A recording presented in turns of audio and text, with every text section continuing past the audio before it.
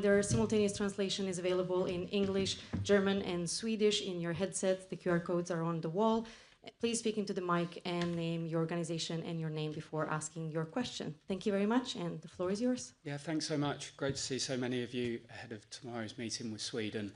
There are a lot of people in the room, so if we can keep it to a question each, and we'll come back if we've got time.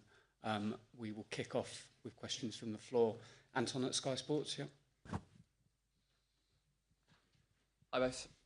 Sarina, obviously, it's knockout football. It's Sweden next. Top in a group with Germany, undefeated in a year. Just how difficult a game is this going to be, and what kind of game are you expecting? I expect a very competitive game where it's very hard to predict the outcome. And of course, they've had a very good group stage series, like the 3 wins they had. But I think we are in a very good place too, and we're ready to go. So hopefully we can show that tomorrow. Question for Lucy. I wanted to ask about a teammate of yours, Johanna Rytting-Kaneryd. She's been taking a lot of steps over the past few years. How do you stop her, and what's been your impression of her over the last season? Johanna's actually probably the person I get on best with at Chelsea, one of my best friends there. And obviously play next to her as well, and I play next to Natalie Bjorn, so I'm very familiar with the both of them. They've both had fantastic tournaments so far. I think the thing with Johanna is probably her mindset. She's something that people say about myself, very competitive. This girl is very competitive as well. And yeah, I think I've seen it this season at Chelsea, and then she puts on a Swedish shirt and she's the same. I think she'll run through a brick wall for her team. But yeah, how to stop her, I think she's hopefully on the other side to me. But yeah, I mean, she's a pacey player, been done really well. But I think, if we stick to our jobs and our roles, I think we'll be able to do a good game against her as well. Thank you. Can we go to Katie at the BBC, please?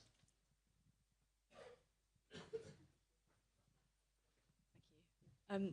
Hi, Sarina. Hi, Lucy. Lucy, I just wanted to take you back to the last time England played Sweden at a major tournament, of course at Bramall Lane, that 4-0 win. What are your memories of that day, that goal, and do you think it's something that maybe the Swedish players will still be smarting from?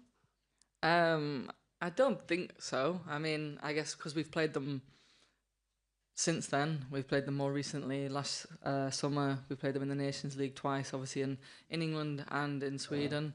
I think that the team that we played against in Sheffield and in the Euros, both for Sweden and for England, teams are very different, moved on a lot. But yeah, I guess for us it's a very nice memory to look back on, but we hardly can analyse that game because it was so long ago. And I think for Sweden, they're a team that do really well in tournaments. I can't imagine they'd be too focused on just one defeat against England many years ago. Thanks, Katie. Just behind you, please. Question for you both. We know that Love Island has been part of the breakfast chatter. Just curious to find out who you think would do well in the villa out of the squad and why. I have no idea what you're talking about. Lucy? Go ahead. Do you want me to say a player? No. No. No. Not me, that's for sure. Okay, thanks. We can go across to Kat from the eye. Thank you. Hi both. Question for you, Sarina. At the last World Cup, by the quarterfinals, you were the only female head coach remaining. This time it's 50%. Is that a good number? Could it be more? Kind of, what are your thoughts on that? Well, I think what we're all working on is that we hope that more female stay involved in football. We want girls to play football. We want every girl, every woman having the opportunity to get involved in football in whatever role that is, and also in coaching. And we have to push hard. I think we're moving into the right direction, but we still have to keep moving to keep having these opportunities and not destroying men who are in the women's game. Also have played a tremendous role. Thank you. Thanks, Kat. Kit from the Times. Hi, both. A question for Lucy. We know that Lioness's success has been really important for the growth of kind of the entire English women's game, obviously mainly from Euro 22, but also the World Cups and London 2012. I know it's not your job as players to kind of just grow the women's game, but do you almost feel that responsibility to keep having a success and keep reaching the finals to make sure that women's football does keep growing? Yeah, but I guess every single player that puts on a shirt in this tournament probably feels that. I can imagine the Swiss team feel that because they're the home nation. Every other team wants to replicate what England did, what the Netherlands did before us, and really boost women's football. And we know that success comes from that. We know that we're very fortunate, England, that when we have success, it really does explode. And I think it's what we want all over Europe and all over the world. Do we necessarily see that as the reason for winning? Not really. My main reason for winning the tournament is to lift the trophy. But yeah, as part and parcel of success, it helps build the women's game, and that's something that obviously being England, I want to happen in England more and more. Thanks. Thanks, Kit. Emma from the BBC. Thank you. Hi both. Question for Lucy. I just wonder, Sweden are so strong in wide positions. You were speaking about Johanna before, but likewise on the other side. Will you have to maybe adapt the way that you play, because you're usually playing, so far forward, you like to be attacking? Will you have to maybe hold back a little bit more than what you have done? I do whatever she tells me to do. So if you analyse the game, I'm in positions that's for the team, for the benefit of the team, for the players around me. I like to attack. I also like to defend. I can do whatever roles asked of me, whether that's from Sarina or the players around me. We know the threat that Sweden has, and obviously that's a lot in wide positions. But at the same time, we're a good team. We're a top team. I think you don't want to change too much because you want to give to the game what we're good at. So I think we're very much focused on our strengths and what we can bring to the game. Thanks, Emma. Tom? Tom from the Daily Mirror, please. Hi, both. Question for Lucy. After the France game, there's obviously a lot of noise around the England team and how you'd respond. I feel like a lot of the conversation just out here in general has been the Sweden-Germany game and how dramatic that was. Does it feel like the pressure's eased a bit? You can kind of focus on your own game with other teams being the centre of attention? I think we never made ourselves the centre of attention. I think that's a lot of the noise from the outside. I think coming off the back of the French game and having a lot of talking points, I think actually brought the team closer together. I think you saw that then in the two performances that came from that. We're not too focused too much on noises around other teams or ourselves. We're only focused on what we do on the training pitch, what we do in games, how we recover, how we perform, and how we lift each other up. Thank you. Thanks, Tom. Susie at The Guardian. Hey, both. Lucy, how much have you enjoyed having LJ in front of you in these past couple of games, particularly the Wales game? It really looked like you, her and Ella formed like quite a formidable kind of trio. Yeah, I mean, LJ is a world-class player, and obviously Tooney's having a sensational tournament as well, so it's easy when you've got two players like that playing in front of you. I find it really easy to play with players of that quality. But yeah, it's fantastic that they're on my team and not the other team. And they're both really growing into the tournament, both key players at England, but I think most of our players are key players when you look now at the goal scorers and the goal creators and yeah, every part of the game. So for me, it's fantastic to play with those kind of players, and I just long may it continue that they have fantastic performances and just keep getting better and better. Thanks, Susie. We'll just go there. Yeah, perfect. Hello, ARD TV Germany. Question to both, please. As it might become a game of the goalkeepers, how do you rate Hannah Hampton's performances so far, and what significance does she have for the team? Well, how I rate, I think she plays an important role for us. She's done really well, also growing into the tournament. And of course, the first task is to keep the ball out of the back of the net. But she also is very good with her feet, what we have seen, and she can be the extra builder when we start our build-up. Thank you.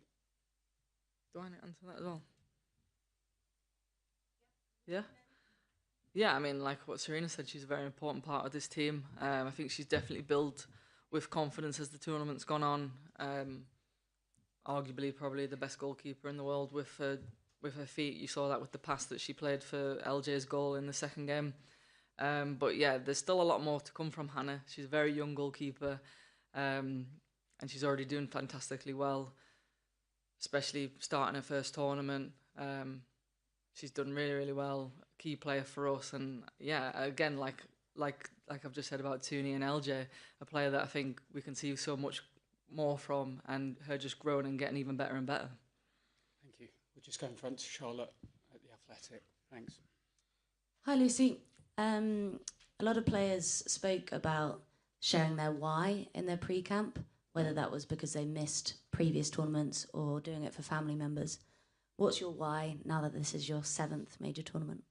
My why's always been the same. I mean, I'm very fortunate that my family get to follow me around and support me, but I'm someone who's based off of hard work and enjoying it. My why was that I just love working hard and I love the game. It's as simple as that. I think sometimes, I guess when the media gets involved and everything around the game, but I started playing football because I love it.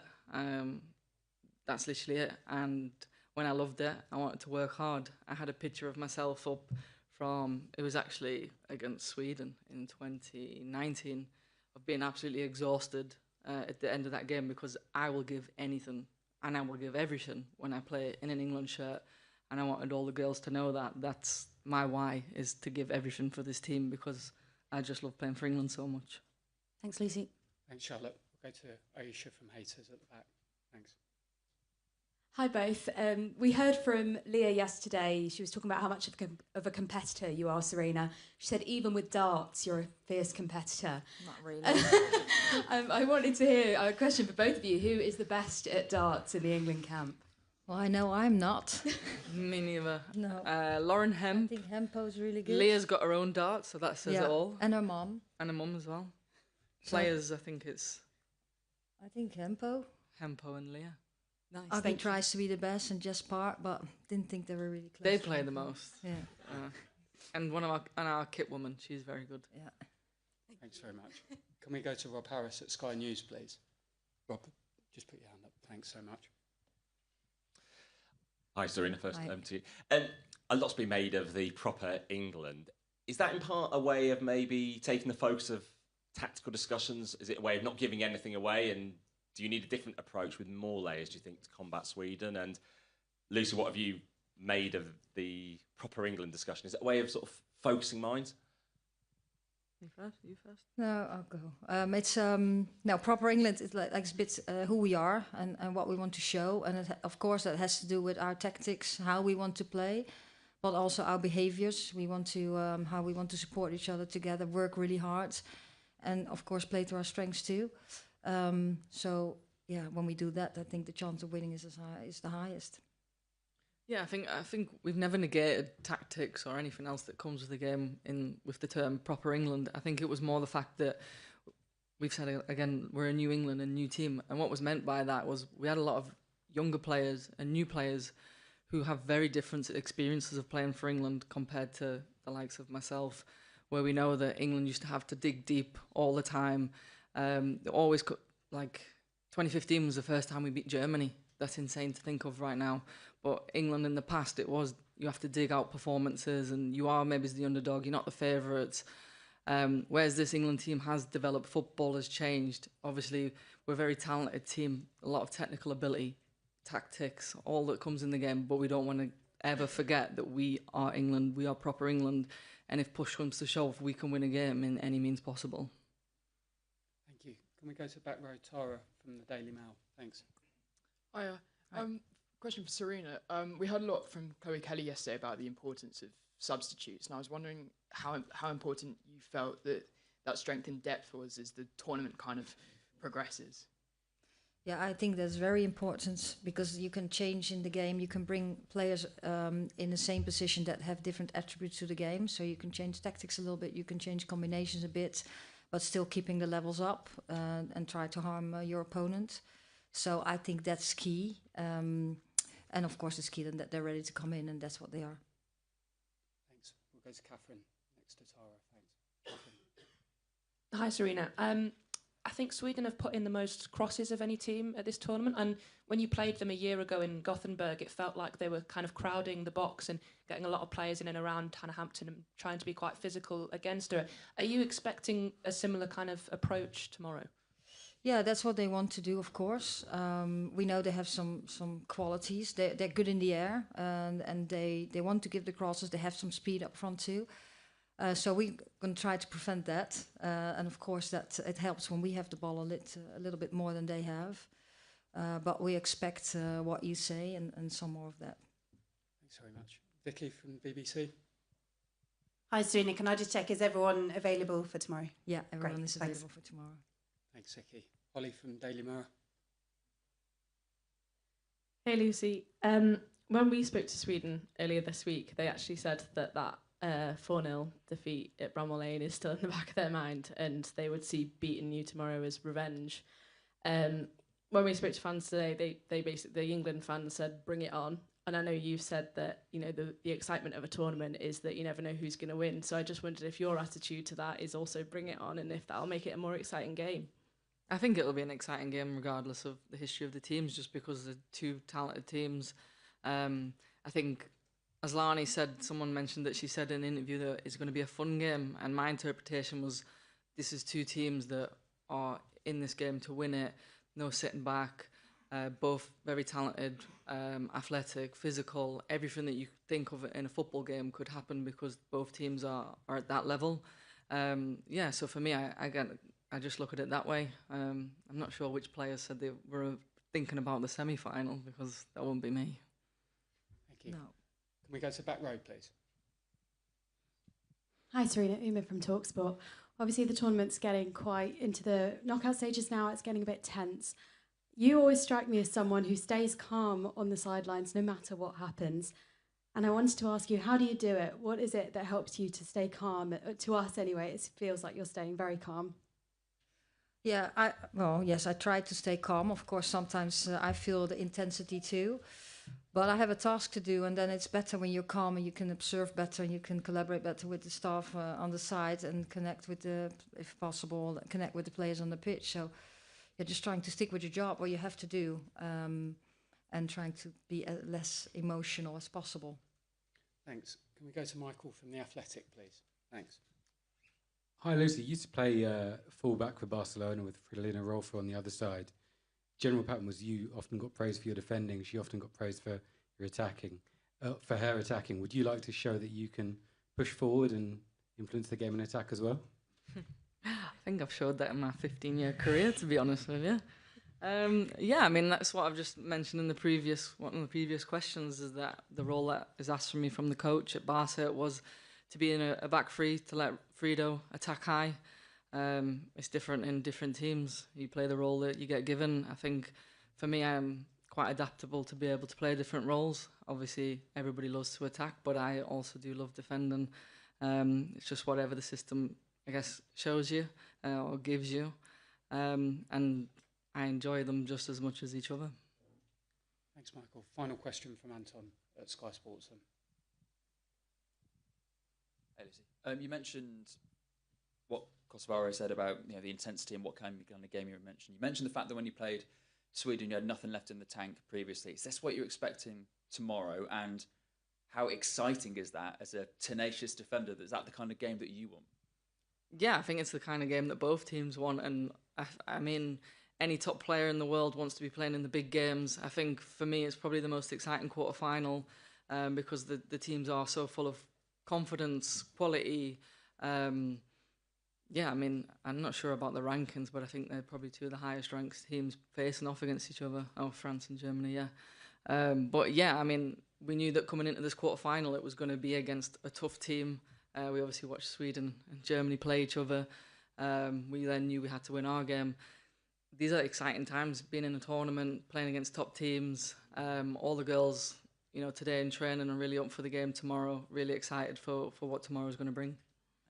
Thanks. We'll take one final question from Kit at the time. Sorry, I know you've said everyone's available, Sarina, but can I check on Jess Park? Is she fully fit after? Because we know she had a migraine this morning. Yeah, but she's doing better already, so she'll be available tomorrow. Thank you. It's expected. Great. We'll see many of you tomorrow. Thanks for your support. Thank you. Thanks.